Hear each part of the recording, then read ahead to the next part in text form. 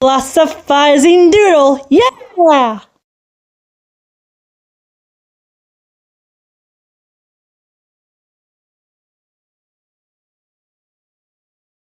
Authority.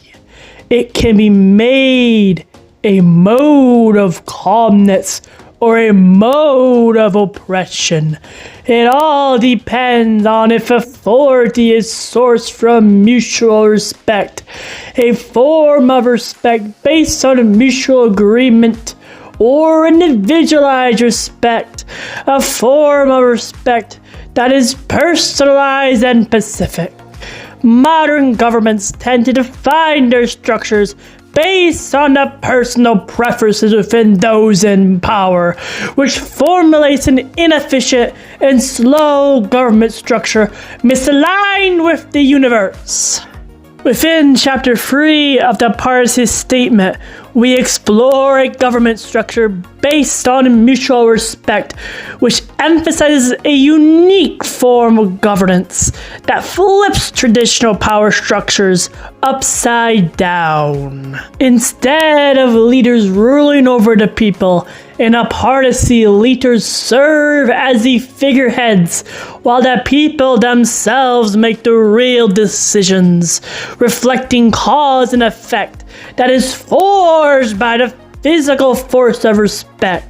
Let's break down how it works. But first, we should imagine a Partaceyist governance. By imagining if all citizens within a nation were lavender plants on a lavender farm. Henceforth, the government of a Partacey of the lavender farm is split into two parts. The head government, led by the head representative, who is the farmer of the lavender, nurturing the citizens, but letting the citizens grow on their own path.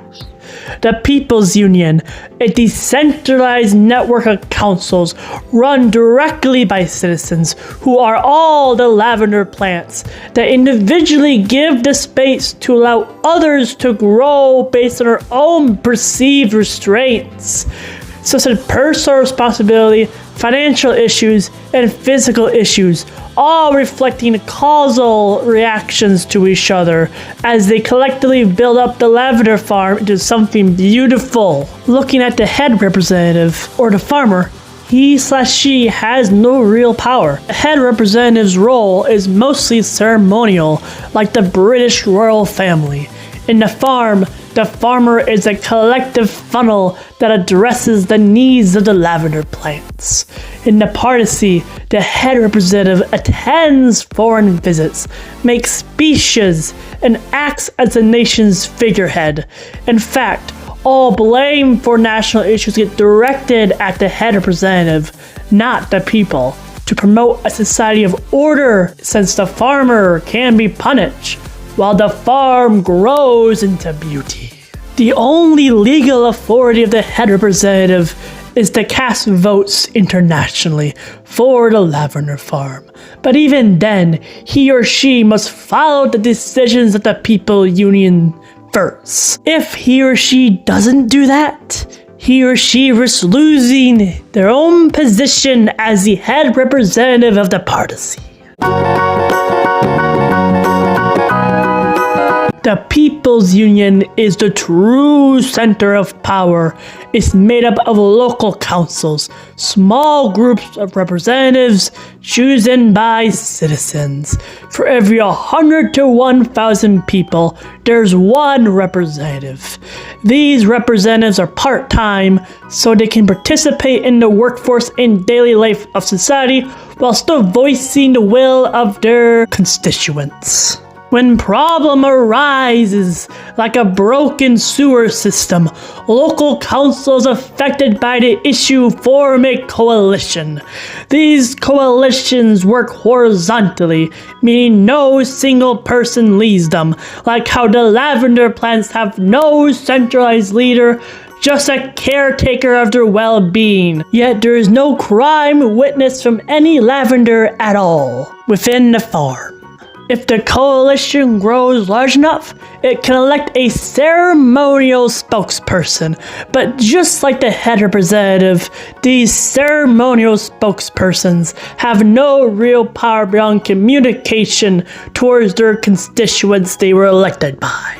In essence, this hierarchy is reversed completely over its head, with those in a traditional power structure having the least amount of power, and those with the least amount of power in a traditional power structure having the most. This is all supported via the Partaceyist economy, which gives power to the people by making them producers of wealth itself. This is done by the People's Union respecting their choice of the head representative, while the head representative should respect the People's Union as the people themselves. And since maximizing their mutual respect leads to the most amount of wealth gain for each side, all are incentivized to respect each other, maintaining the order of the Partacey. In order to fund the fixing of a broken pipe, it comes from the community itself through donations and respect-based wealth generation within the love economy or the emotional economy. The head government's role here is just to spread awareness, and the head government in this context is the head representative. These are not taxes. Instead, these are optional donations towards systems. And this works a lot better in this economy than traditional economy because it is respectful to donate so people gain wealth via helping out society grow. This creates a feedback loop of more donations leading to more wealth generation, which builds society to become more mutually respectful to all. To keep everything fair, political course exists at both the local and national levels. They make sure policies and laws align with the principle of mutual respect that the People's Union had mutual consensus on. If a law doesn't maximize this mutual respect, councils can vote to overturn it. Judges in these courts are appointed for a professional hiring process to remain neutral in these trials. Elections in a Partacey use ranked choice voting or the Borda count. Instead of just picking one candidate, citizens rank them. Votes are redistributed until one candidate wins with a strong majority. This ensures representatives truly reflect the will of the people. These representatives are held accountable at all times. If constituents feel ignored, they can call for a revote to replace the representative immediately. Representation isn't a privilege. It's a sacrifice of personal will to serve the people within a Partacey. Even organizations and businesses must follow this model. Workers control their workplaces democratically, while CEOs or bureaucrats act only as ceremonial figureheads. Public services like healthcare, infrastructure, and education are run by decentralized bureaus. The only exception is the Economic Reserve of the Partacey, which manages the national budget independently of the People's Union to avoid corruption. Although the workers still there are paid via the People's Union system of the collective rise. This is done to make sure that we have a fair distribution of wealth to all workers in the economy. The Economic Reserve of the Partacey manages interest rates in the Partaceyist economy. It provides stability for emotional currencies outside of biases within a singular economic framework, and it acts as the lender of last resort during financial crises within the Partacey. Within a Partacey, as aggregate respect increases, interest rates naturally fall because prices across society get lower. That makes borrowing cheaper and investments easier. But if too much investment floods in, it can create disrespect, like greed or overproduction of mutual respect, that causes interest rates to rise again, balancing things out. This leads to a sustainable donation-based economy, in which investments come from fluctuating rates, influenced by mutual respect and mutual disrespect within the market of the Partacey, while donations have no rate at all. Their value is determined entirely by the Partaceyist economy, meaning how much mutual respect these donations generate. The economic reserve of the Partacey doesn't control the people's union directly. Instead, it provides guidance and recommendations, like how products should be ranked. For example, a car might be valued on a scale of 1 to 1,000, while an apple might only be a scale of 1 to 10.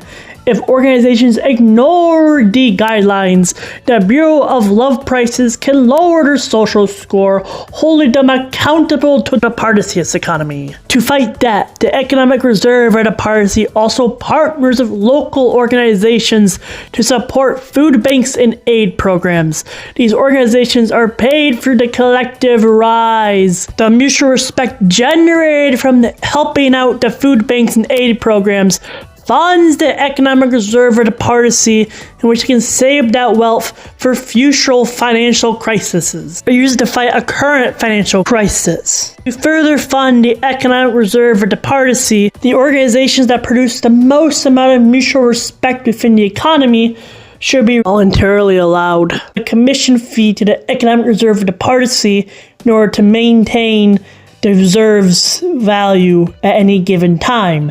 And this can also be viewed as respectful to society, generating wealth to those wealthiest organizations as well, hopefully making their wealth back.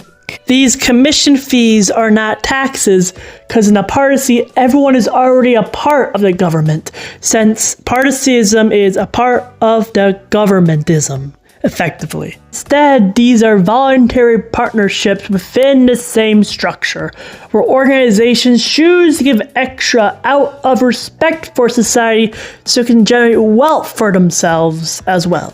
So, in summary, a Partacey has no taxes.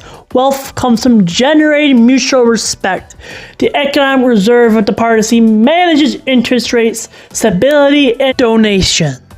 Everything is designed to maximize fairness and emotional balance. It's a system where economics isn't about money or profit. It's about mutual respect to all. That's all, folks. Please watch the Partaceyist economy video for more information and more context about Partaceyism. Thanks for watching. Like and subscribe.